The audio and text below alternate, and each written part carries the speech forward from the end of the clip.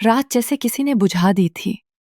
आसमान इतना रोशनी से भरा हुआ था कि लगता था कोई नया सूरज उगा हो।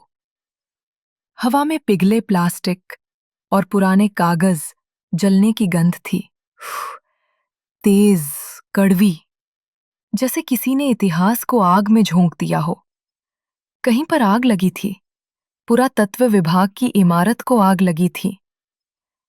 एक नारंगी रोशनी झिलमिला रही थी, थकी हुई और भूखी, जैसे वो अपने आसपास के अंधेरे को निगल रही हो। उस रोशनी में लॉन पर परछाइयां लहरातीं, लंबी, टूटी सी, जैसे किसी बुरे सपने से भागती हों। मैं कुछ कदम आगे बढ़ी, फिर रुक गई। इमारत का काला सिलहूट आसमान में एक कंकाल के हाथ जैसा लग रहा था, ऊपर की ओर फैला हुआ, जैसे वो उन सितारों को पकड़ना चाहता हो जो अब यहां नहीं थे। मेरे पैर वहीं जम गए। मैंने अपनी स्केचबुक छाती से लगा ली, जैसे वो कोई ढाल हो जो मुझे इस पागलपन से बचा लेगी। सामने का नजारा डरावना था, लेकिन उससे भी ज्यादा डराने वाला था वो एहसास जो भीतर से उठ रहा था। एक अजीब, ठंडा यकीन। क्रिस्टोफर। वो आज रात बेसमेंट ऑफिस में था, पश्चिमी विंग, जो अब पूरी तरह आग में घिर चुका था। दिल में बिजली दौड़ गई। एक पल के लिए सब कुछ रुक गया, हवा, सोच, शरीर, सब।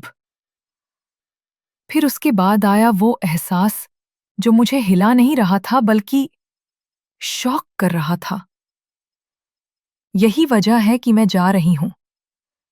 यही सबूत है कि मेरा फैसला सही है। ये आग, ये अफरा तफरी, ये तबाही, सब यही कह रहे थे कि मुझे निकलना ही होगा। प्यार ने मुझे वहां पहुंचाया जहां मौत मेरा इंतजार कर रही थी।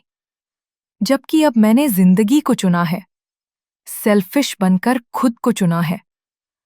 पर मैं फिर भी वहां पहुंच गई जहां क्रिस्टोफर आग में फंसे हुए थे। इमारत के अंदर से अब आवाजें आ रही थीं, भारी, डरावनी, जैसे जमीन के नीचे कोई विशाल जानवर दहाड़ रहा हो। लकड़ी के तख्त टूटने की आवाज, कांच के फटने की, और फिर वो गहरी, सिहरन भरी कराह, जैसे दीवारें खुद दर्द से रो रही हों। हर आवाज ऐसा लग रही थी जैसे दुनिया अपने आखिरी सेकंड गिन रही हो। मेरी छाती में डर फूट पड़ा, ठंडा, तीखा, काटने वाला। एक ही ख्याल ने बाकी सब कुछ निगल लिया। क्रिस्टोफर अंदर है। जैसे किसी ने मुझे करंट मारा हो। सांस अटक गई, दिल पसलियों से टकराने लगा, तेज और बेचैन, जैसे पिंजरे में फंसा कोई पक्षी रास्ता ढूंढ रहा हो। दिमाग दो हिस्सों में टूट गया था। एक हिस्सा चीख रहा था, भागो एलेनी, ये वही श्राप है, फिर वही मौत। और दूसरा शांत, खामोश, लेकिन किसी आग की तरह स्थिर। वो अंदर है। मुझे जाना होगा, उसे बचाना होगा। मैंने गहरी सांस ली। हवा धुएं से भरी थी, लेकिन उसमें अजीब सी ताकत थी। हर सांस जैसे किसी फैसले पर मोहर लगा रही थी।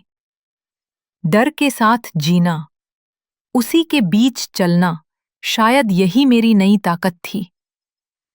अब मैं तैयार हूं, मैंने खुद से कहा, और उस पल मुझे सच में यकीन था, मैं हूं। फुटपाथ पर लोग चीख रहे थे। पुलिस ने बैरिकेड लगा दिया था, लेकिन उनकी आवाजें मेरे तक पहुंच नहीं रही थीं। सब कुछ जैसे किसी पुराने फिल्म के म्यूट सीन की तरह हो गया था।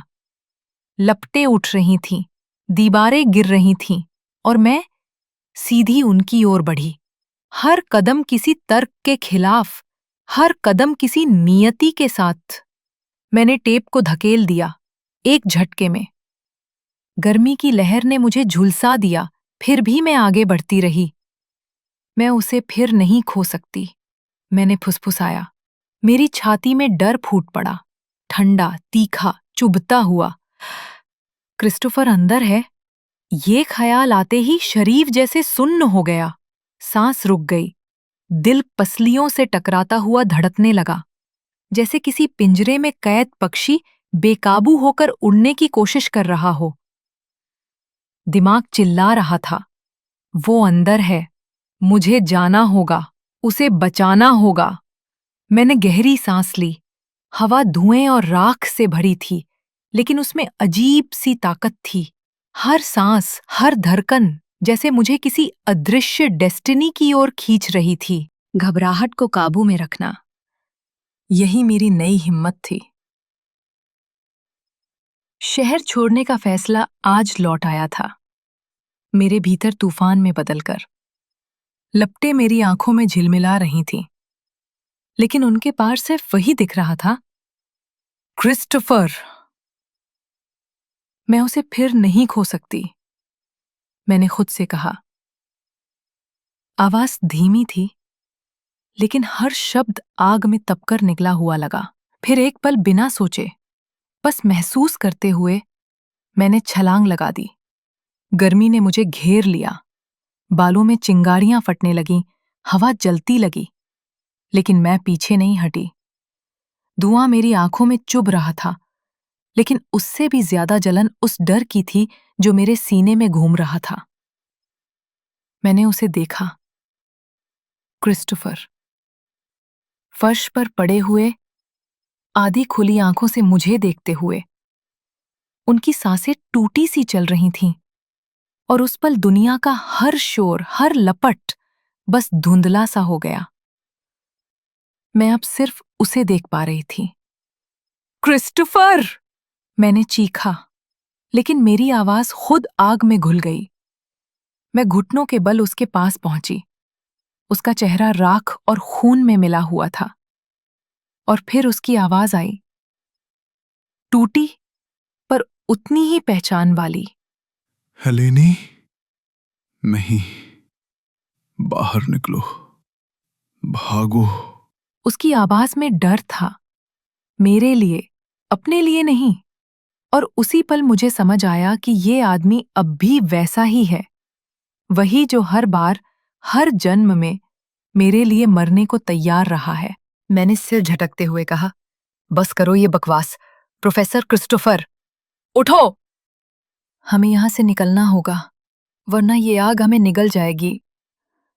धुआं मेरे चारों ओर घूम रहा था, और मैं उसे खींचने लगी। हर खांसी, हर चीख के बीच मुझे वही याद आया, खुद को इतना मजबूत बनाना कि मौत के सामने टिक सकूं। उन्होंने मुश्किल से आंखें उठाईं और मुझे देखने लगे। मुझे पहले जवाब चाहिए, मिस हेलेनी। उसने कहा, धीमे लेकिन जिद्दी लहजे में। क्यों? मैं तुम्हारे लिए कौन हूं?